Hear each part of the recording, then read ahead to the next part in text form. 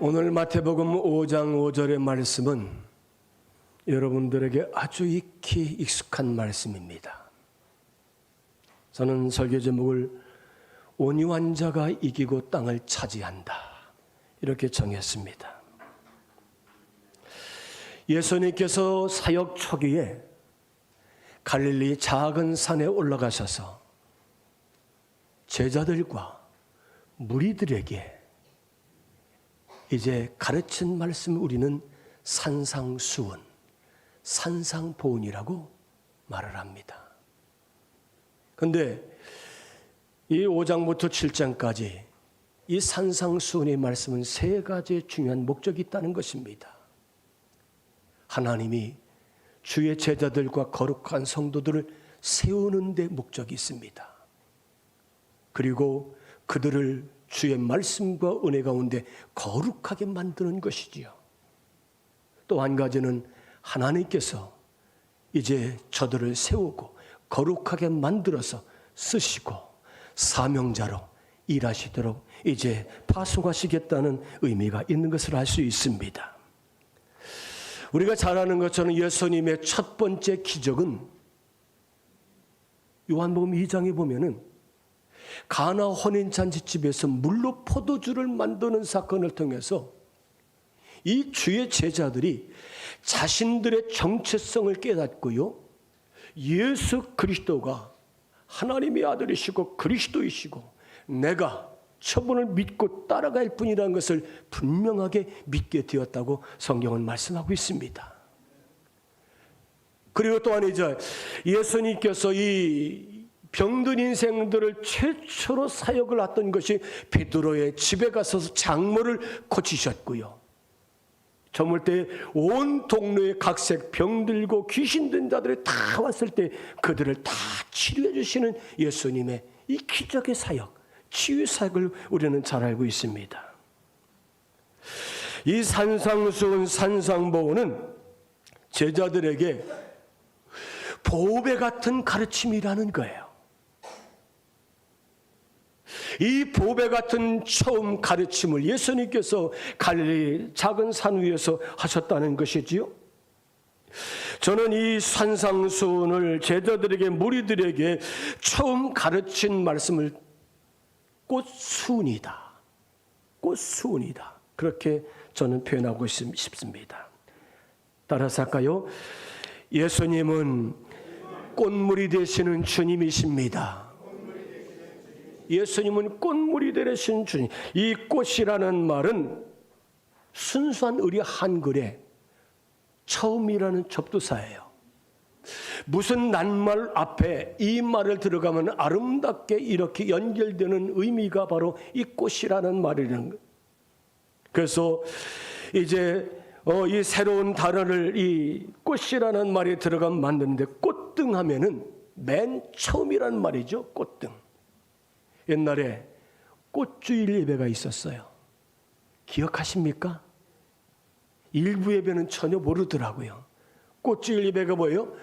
이른 봄에 온 교회 성도들이 다 야외로 나가서 하나님 앞에 예배하고 찬양해서 그때 부르는 찬양이 참 아름다워라 주님의 세계, 이 찬송을 많이 불렀던 것 같아요. 여러분 그냥 멀뚱멀뚱 쳐다보니까 안 부르겠어요. 이 꽃주일 예배는 온 교회가 야외로 나가서 온 성도들이 다 같이 예배드리고 또 즐거운 게임도 하고 하루 종일. 그래서 왜 일부 예배 시간 우리 성도들이 가만히 있었을까 해보니까 우리 교회는 만나교회는 저 문학상 준턱 자체가 있죠. 꽃주일 예배터잖아요. 천하의 최고의 좋은 예배 장소가 그 우리 교회가 있었던 곳이 아닙니까? 이 봄나들이 예배가 꽃주일 예배죠. 꽃잠이라는 말, 꽃잠은 신혼부부가 첫날 밤을 자는 잠이 꽃잠이에요. 또 꽃소금은 장을 담글 때에 맨 위에 뜬 메주에 뿌리는 소금이 바로 이 꽃소금입니다.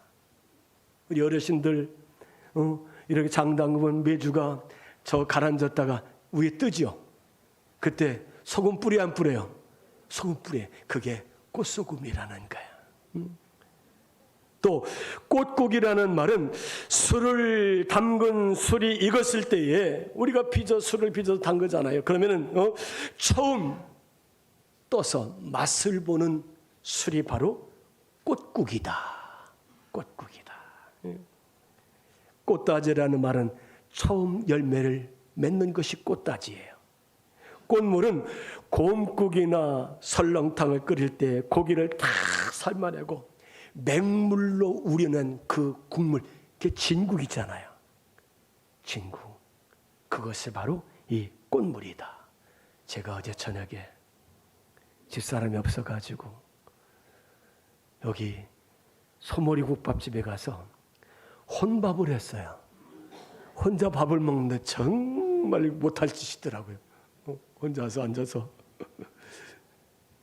부부끼리 와서 이렇게 식사를 하시고 팀이 와서 하는데 그 사장 사모님, 그 사장 부인이 저를 빙긋이 웃으면서 쳐다보더라고요.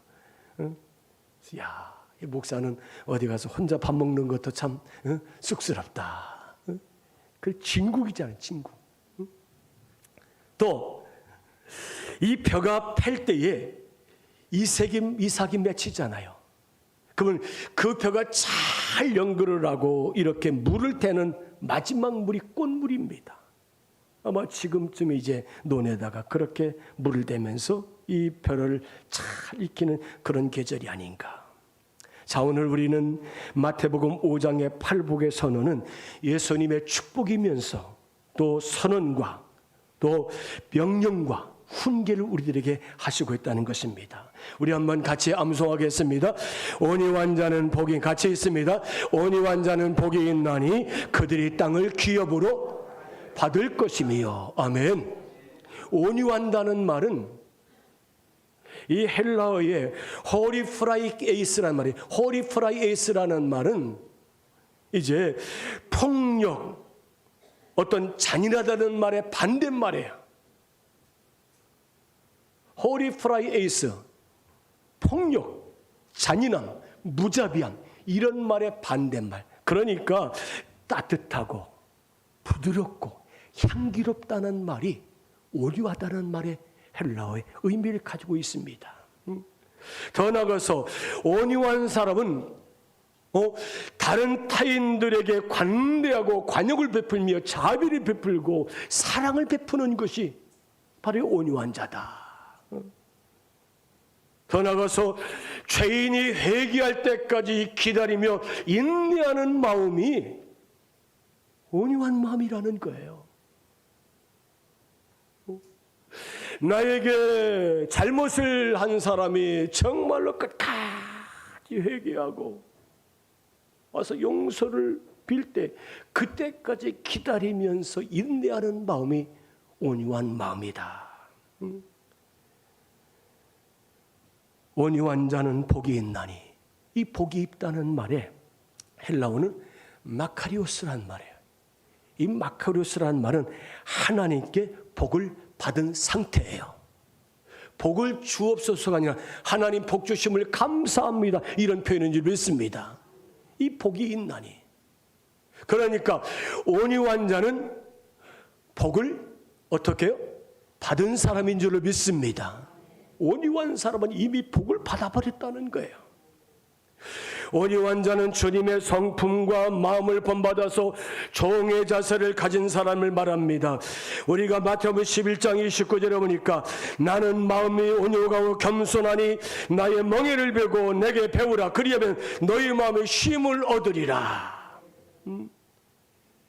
온유하면 자기 자신을 낮추게 되고요, 겸손한 것을 경험하는 소유한 것이 바로 이 자기 자신을 낮추고 겸손한 마음을 소유한 것이 이 온유한 사람이다. 더 나아가서 이제 자기 생각과 감정을 다스리고 자기 생각과 감정을 통제하는 경험을 가진 사람이 이 온유한 사람이라는 것입니다. 우리가 함부로 내 감정을 드러내고 나의 생각을 말하는 것이 아니라 온유한 사람은 적절한 때에 자기 마음을 쏟아내고 내 마음을 표현하는 것이 온유한 사람이다.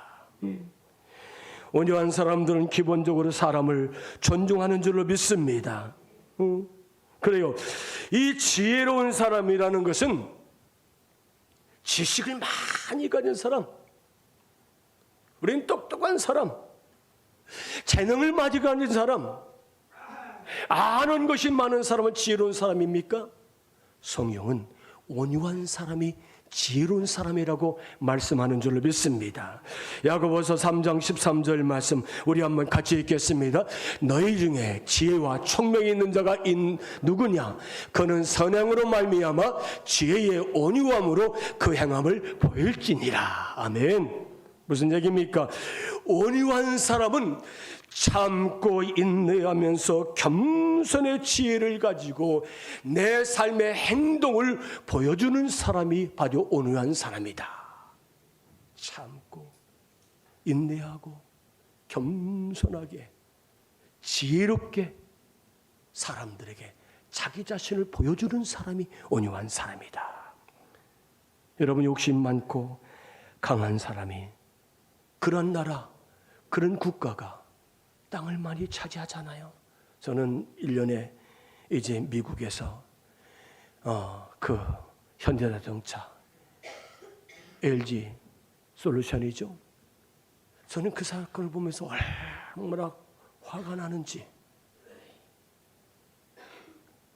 막 분통이 나요. 우리가 여러분 미국은 믿지 마세요. 옛날에 들어보셨죠? 미국은 믿지 말아라. 아주 다 우리 그 330명의 그 사람들은 최고의 기술자들이에요. 많이 그 분야의 최고의 권위에 있는 사람들 아닙니까? 전문가들이에요. 물론 정부에서 이 부의자 문제를 가지고 좀 허술한 면도 있었어요. 그러나 그런 걸 보면서 미국이 어떻게 우리에게 그럴 수 있을까? 미국 믿지 말아라. 땅을 기업으로 받을 것이라. 누가요? 온유한 사람이. 아멘. 온유한 사람이. 여기서 땅이라는 것은 하나님이 주신 사명과 기업인 줄로 믿습니다. 여기서 온유한 자가 복이 있나니 그들이 땅을 기업으로 받을 것이며, 이 땅이라는 것은 하나님이 내게 주신 사명, 내게 주신 축복, 내게 주신 기업이 바로 여기 이제 하나님이 주신 땅이라는 것입니다. 여러분, 가나안 땅은 누가 차지했습니까? 이스라엘 백성들이죠. 우리가 애굽에서 430년 동안 종살이하던 이스라엘 백성, 하나님은 이제 모세라는 지도자를 통해서 출애굽을 시킵니다. 홍해를 건너고 광야 40년을 지나는 동안에 저들은 어떻게 살았습니까? 원망하며 살았습니다. 불평하며 살았습니다. 다투며 살았습니다. 저들은 하나님 앞에 범죄하며 살았던 이 민족이 바로 이스라엘 민족, 출애굽 1세대가 아닙니까? 그들은 광야에서 다 죽었어요. 아론과 여호수아만 제하고. 그들이 왜 그랬습니까? 온유하지 못해서 하나님이 약속하신 사명의 땅, 기업의 땅에 저들이 들어갈 수가 없었다는 거예요. 그러나 광야에서 다시 태어난 출애굽 2세대는 좌르나 우르나 치우치지 않고 하나님의 말씀을 따라간 줄을 믿습니다. 하나님의 말씀에 순종한 줄을 믿습니다. 그랬을 때 저들에게는 젖과 꿀이 오는 사명의 땅을 기업으로 정복할 수 있었고요, 그 땅을 얻게 된 줄로 믿습니다. 온유한 자는 복이 있다니 그들이 땅을 기업으로 받을 것이며, 이 종교의 학자 존 칼빈은 이렇게 말합니다. 온유란 부드러운 마음으로 살며 노하기를 더디하며 절제할 수 있는 것이다. 존 칼빈은 온유는 부드러운 마음, 노하기를 더디하고 절제, 자기를 컨트롤하고 다스릴 수 있는 그러한 마음이 온유한 마음이다. 아리스토텔레스는 이렇게 말합니다. 자연적 경로에 대해 관용을 취하는 덕목이다. 사람이 분노가 나오고 당연히 화가 날 때 있잖아요. 저건 당연히 화가 나고 분노가 생기는 일인데, 자연적인 그 분노, 화가 나는 그 상태를 어떡합니까? 자비의 마음으로, 관용의 마음을 가지고, 겸손한 마음을 가지고, 이런 덕성을 가진 것이 온유한 사람이다. 땅은 하나님께서 약속하신 가나안 땅 영적 천국인 줄 믿습니다. 시편 37편 11절에 보니까 그러나 온유한 자들은 땅을 차지하며 풍성한 화평으로 즐거워하리로다. 여러분, 온유한 사람들은 이제 어떤 사람입니까? 따뜻한 사람입니다. 평안한 사람입니다. 부드러운 사람입니다. 향기로운 사람입니다. 화평한 사람입니다. 그렇기 때문에 주 안에서 즐거워하고 기뻐할 수 있는 줄 믿습니다. 그러나 미움과 다툼은 온유한 마음을 깨트려버리고요, 화평을 흔들어 놓는다는 것입니다. 성경을 말씀하고 있습니다. 땅을 기업으로 받을 것이라. 누가요? 온유한 사람이 받게 될 줄로 믿습니다. 하나님은 구약 성경에 이스라엘 백성들이 약속하신 대로 이제 가나안 땅에 들어가리라 말씀하셨어요. 창세기 15장 18절 말씀. 그날에 여호와께서 아브람과 더불어 언약을 세워 이르시되 내가 이 땅을 애굽 강에서부터 그 큰 강 유브라데까지 네 자손에게 주겠다. 가나안 땅을 하나님께서 이스라엘 백성 자손에게 주시겠다는 거예요. 하나님과 아브라함과 그 족장들에게 계속 끊임없이 약속을 하셨고요, 확인했던 것을 우리는 볼 수 있습니다. 사랑하는 여러분, 예수 믿는 그리스도인들에게 천국의 영생이 이미 우리에게 임한 줄로 믿습니다. 요한복음 3장 36절 이렇게 말씀하고 있습니다. 아들이 있는 자에게는 영생이 있다. 믿습니까? 아들이 있으면 예수 그리스도를 영접하고 믿음 안에 살고 있는 사람은 이미 영생을 얻었다는 것입니다. 마태복음 12장 28절 하나님 나라가 이미 너에게 임하였느니라. 여러분, 예수님 자기 자신이 이 땅에 오심으로 천국이 이 땅에 임했다고 말씀하고 계신 줄로 믿습니다. 신약 성경에도 보니까 믿는 자는 새 하늘과 새 땅에 들어가게 되리라 그렇게 말씀하고 있습니다. 하나님 앞에 있는 새 하늘과 새 땅, 우리가 영원히 거하게 될 줄 믿습니다. 다윗은 그렇게 말합니다. 내가 여호와의 집에 영원히 거하리로다. 내가 여호와의 집에 영원히 거하리로다. 여러분, 천국의 기업은 하나님의 뜻에 순종하고 온유하게 사는 자가 이제 자기가 차지하게 될 줄로 믿습니다.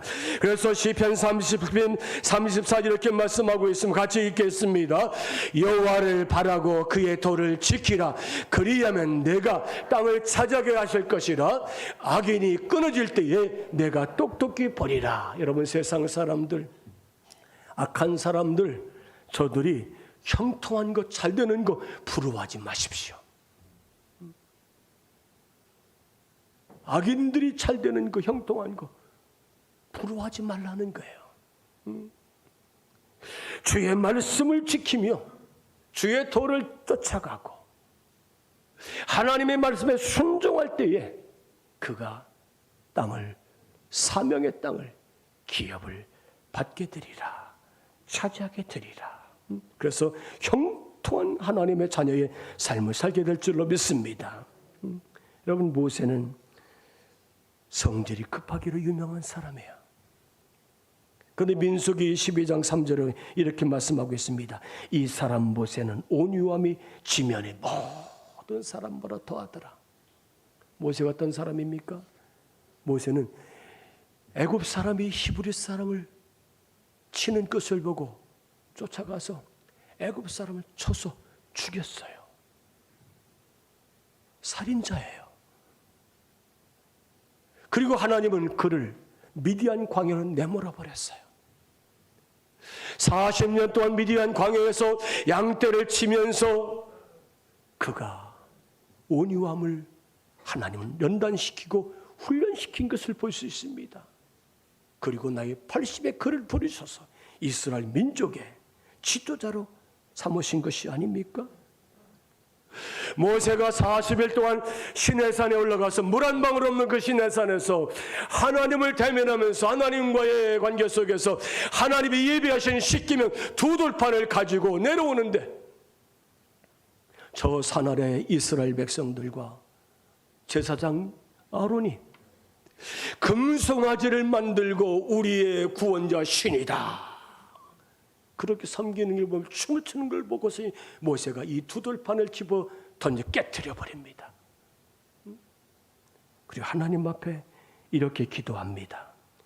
그러나 이제 그들의 죄를 사하시옵소서. 그렇지 아니하시면 원하건대 주께서 기록한 책에서 내 이름을 지워 주옵소서. 이 모세의 기도예요. 여러분, 모세가 자기 백성들을 얼마나 사랑하는지 온유한 자의 마음을 가지고 하나님의 거룩한 백성들을 위해서 애절한 충보에 기도하는 온유한 사람이 바로 모세인 줄로 믿으시기를 바랍니다. 광야에서 목말라서 원망하고 불평하는 이스라엘 백성들 앞에서 모세는 어떻습니까? 지팡이를 들어서 반석을 내리치잖아요. 분노의 지팡이를. 마치 내가 이제 하나님인 것인 양, 내가 능력자인 것처럼 분노의 지팡이를 내리칠 때 하나님 뭐라고 말씀합니까? 내가 이로 인해서 가나안 땅에 들어가지 못하리라. 온유한 말로 명령하면 되는데 모세는 자기가 능력자인 양 분노의 지팡이를 들고 물을 냈던 것을 볼 수 있습니다. 그러나 하나님은 모세가 이 세상 모든 사람들보다 모세가 온유한 사람이라고 말씀하고 있습니다. 사랑하는 여러분, 우리가 모세와 같이 자기 자신을 낮추는 성도가 되시길 바랍니다. 생각을 통제하시길 바랍니다. 우리의 마음을 다스리시길 바랍니다. 모든 사람보다 온유해질 수 있다는 거죠. 여러분, 어떤 일이나 사역을 할 때에 문제를 해결하를 잘하는 사람이 있어요. 우리 전도서 7장 9절에 우리 한번 같이 읽을까요? 같이 읽겠습니다. 급한 마음으로 노를 바라지 말라. 노는 우매한 자들의 품에 머무름이니라. 여러분, 우리가 화가 나면 급한 마음으로 혈기를 부리고 분노를 하고 소리를 지르고 화를 내잖아요. 속된 말로 성질을 부리잖아요. 이게 우매한 사람이라는 거예요. 우매하다는 것은 어리석은 사람, 사리 분별을 할지 모르는 사람이라는 말이에요. 우매한 사람이 분노하고 감정을 드러내고 이제 화를 낼 때 그 화가 우리 마음속에 찌꺼기로 남아있다는 거예요. 우리 마음속에 남아있는 이 찌꺼기의 분노와 이 감정이 또 다른 그런 환경에 있을 때 또다시 이것이 발산하게 되고요. 상습적으로 습관적으로 분노하고 화를 내는 인생이 된다고 오늘 성경은 이 전도서 7장 9절에 우리들에게 가르쳐주고 있습니다. 온유한 사람은 좋은 관계를 맺고 하나님의 사명을 감당해내는 사람인 줄 믿습니다. 사랑하는 여러분, 우리 모든 성도들마다 온유하신 주님의 성품을 닮은 성도가 되시길 바랍니다. 우리가 인생의 긴 걸음을 걸어갈 때에 우리는 한 걸음 한 걸음이 긴 걸음을 걸어가는 인생이 되면 우리가 성공할 수 있다는 것입니다. 내 인생의 귀중한 일은 신속하게 빠르게 한 방에 한 칼에 이루어지는 것은 없다는 거예요. 시편 18편 36절 내 걸음을 넓게 하셨고 나를 실족하지 않게 하셨나이다. 내 걸음을 재촉하는 것이 아니라 인생의 걸음을 길게 걸어가는 거예요. 하나님의 때를 기다리는 거예요. 오랜 시간 우리가 하나님의 딸을 기다릴 때 하나님께서 그 일을 이루어 주실 줄로 믿습니다. 예수님은 온유하심이 이 세상 만물의 창조자이시고 이 만물의 주인이신 줄로 믿습니다. 사람마다 태어날 때 각각의 기질을 가지고 다 태어났습니다. 그러나 그 기질이 중요한 것이 아니라 우리는 그러므로 변화를 받아 하나님의 뜻과 의를 이루시는 온유한 사람으로 변화되는 성도가 되시길 바랍니다. 부드러운 게 좋습니다. 그러나 반대로 차갑고 날카로운 것은 우리의 삶에 상처를 남겨준다는 것입니다. 우리 기독교 이제 외경 가운데 베드로의 묵시록이라는 책이 있습니다. 성경은 66권 있지만 이 66권 정경에 들어오지 않은 외경이 있습니다. 거기에 보면은 베드로의 묵시록이 있습니다. 어느 날 베드로가 주님의 손을 잡고 천국문에 탁 다다랐을 때 천국문이 자동문처럼 열리는 거예요. 그런데 저쪽에 보니까 여러 명 면제원 성도들이 이제 생명나무 과실 밑에 이제 12살기 과실을 맨 생나무 과실 밑에서 생명나무 과실을 따먹으면서 즐기고 있다가 천국문이 열리면서 베드로가 예수님 손잡고 들어오니까 다 이렇게 쳐다보는 거야. 누가 들어오는 건가? 내가 아는 사람인가? 내가 보고 싶은 사람인가? 다 이렇게 쳐다보는 거예요.